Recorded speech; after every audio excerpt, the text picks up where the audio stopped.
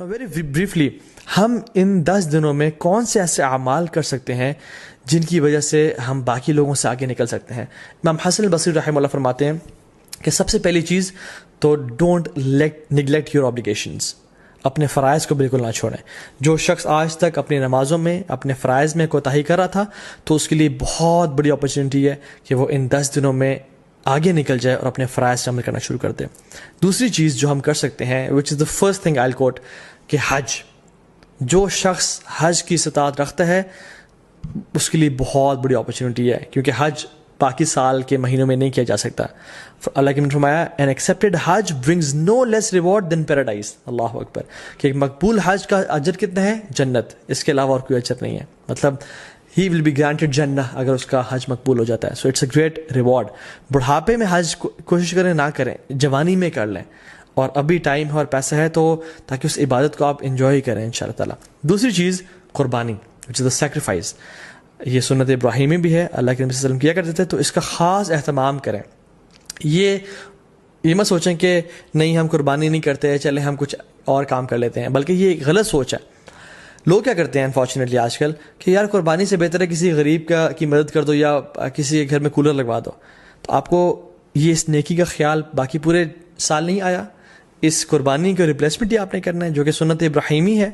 اگر ایک انسان واقعی میں سنسیئر ہے اپنے ساتھ تو وہ ہر مہینے صرف 1000 روپیز سیو کرے اپنے لیے، تو وہ سال کے اینڈ میں ان ایام میں ایک حصہ ڈال سکتا ہے، قربانی کر سکتا ہے۔ ہمیں تب تو خیال نہیں آتا غریب کے گھر میں کولر لگوانے کا یا لوگوں کی خدمت کرنے کا جب ہم ریسٹورینٹس میں 5-5 ہزار کی یا لیوش بفیز کھا رہے ہوتے ہیں، لیکن why do we want to replace قربانی ود اینی گڈ ڈیڈ؟ دونوں کریں انشاءاللہ، اور باقی 11 مہینوں میں یہ اپرچونٹی بھی ہے کہ ہم غریبوں کی مدد کر سکیں۔ سو قربانی لازمی کریں اور اسے خاص اہتمام کریں۔ ایک اور چیز جو ہم کر سکتے ہیں وہ ہے نمازیں، نوافل کثرت کے ساتھ پڑھیں۔ سنن روابط جو کہ 12 نفل ہیں، جن کے بارے میں فرمایا اللہ نے کہ جو شخص یہ پڑھتا ہے اللہ تعالیٰ جنت میں اس کا گھر تعمیر کر دیتے ہیں، جس کے بارے میں کثرت سے بتا چکا ہوں پہلے بھی۔ تو اس کے اہتمام کریں، صلاۃ الضحیٰ کا اہتمام کریں، تہجد کی نماز کا اہتمام کریں، ٹھیک ہے، تو تحیۃ المسجد، تحیۃ الوضو کا اہتمام کریں، تو کثرت سے نوافل کا اہتمام کریں انشاءاللہ۔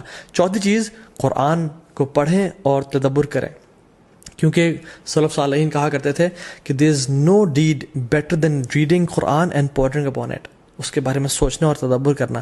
قرآن کو ٹائم دیں۔ yes we know and we realize کہ رمضان کے بعد ایک گلیچ آتا ہے ہر بندے کی زندگی میں، لیکن these 10 days are an amazing opportunity جس میں ہم دوبارہ سے اس عبادات کی لذت کو ریوائیو کریں تاکہ وہ آئندہ سال کے لیے جا سکیں انشاءاللہ۔ اینڈ ریممبر اللہ سبحانہ وتعالیٰ، which is the 5th point، کثرت سے التحلیل و تکبیر و تحمید، لا الہ الا اللہ، اللہ اکبر، سبحان اللہ، الحمدللہ، کثرت سے پڑھیں، اللہ اکبر اللہ اکبر اللہ اکبر، لا الہ الا اللہ اللہ اکبر اللہ اکبر وللہ الحمد۔ کثرت سے اللہ تعالیٰ کا ذکر کریں، کیونکہ اللہ کی نے یہ ہمیں ڈیڈ حدیث میں سجیسٹ کیا کہ تم نے یہ کام کرنا ہے انشاءاللہ۔ ایک اور چیز، میک لاٹس آف دعا۔ جب بارش ہو رہی ہوتی ہے دعا قبول ہوتی ہے نا، کیونکہ اللہ تعالیٰ کی رحمت ٹھاٹھے مار رہی ہوتی ہے۔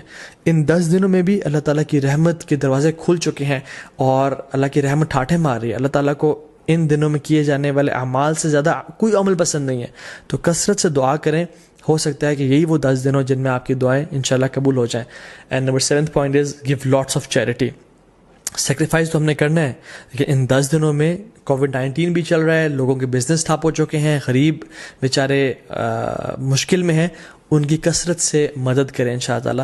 اور ان دنوں میں آپ اپنی زکوٰۃ بھی نکال سکتے ہیں اگر آپ نے نہیں نکالی، اور اپنے رشتہ داروں پہ خرچ کر سکتے ہیں، اپنی فیملیز پہ خرچ کر سکتے ہیں، اور اسپیشلی جو لیس پریولیج لوگ ہیں ہمارے معاشرے میں ان پہ خرچ کریں کثرت کے ساتھ۔ Number 8 is owner your parents. اپنے پیرنٹس کا خیال رکھیں، ان کے پاؤں دبائیں، ان کی مدد کریں اور خدمت کریں تاکہ وہ آپ سے راضی ہوں، اور جب وہ راضی ہوں گے تو انشاءاللہ اللہ بھی راضی ہو جائے گا۔ Number 9th point is صلۃ الرحم۔ اپنے قریبی رشتہ داروں کے ساتھ اچھا close ties of kinship maintain کریں، maybe call them, send them gift, tell them that you love them for the sake of Allah subhanahu wa ta'ala, and just maintain the ties of kinship. 10th is enjoy good and forbid evil. دعوت کا کام کریں کیونکہ یہ بہت بڑا اور Nobel کام ہے۔ and the last point is seek forgiveness from Allah subhanahu wa ta'ala. رسول اللہ صلی اللہ علیہ وسلم نے فرمایا التائب من الذنب کمن لا ذنب له، گناہ سے توبہ کرنے والا ایسا ہی ہے جیسے اس نے کبھی گناہ کیا ہی نہیں تھا.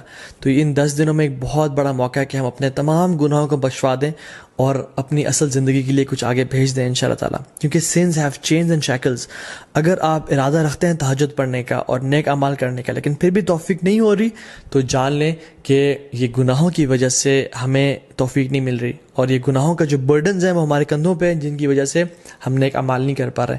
سو in this race of good deeds throw off your burdens inshallah ta'ala, or start with a fresh mind and with a new motivation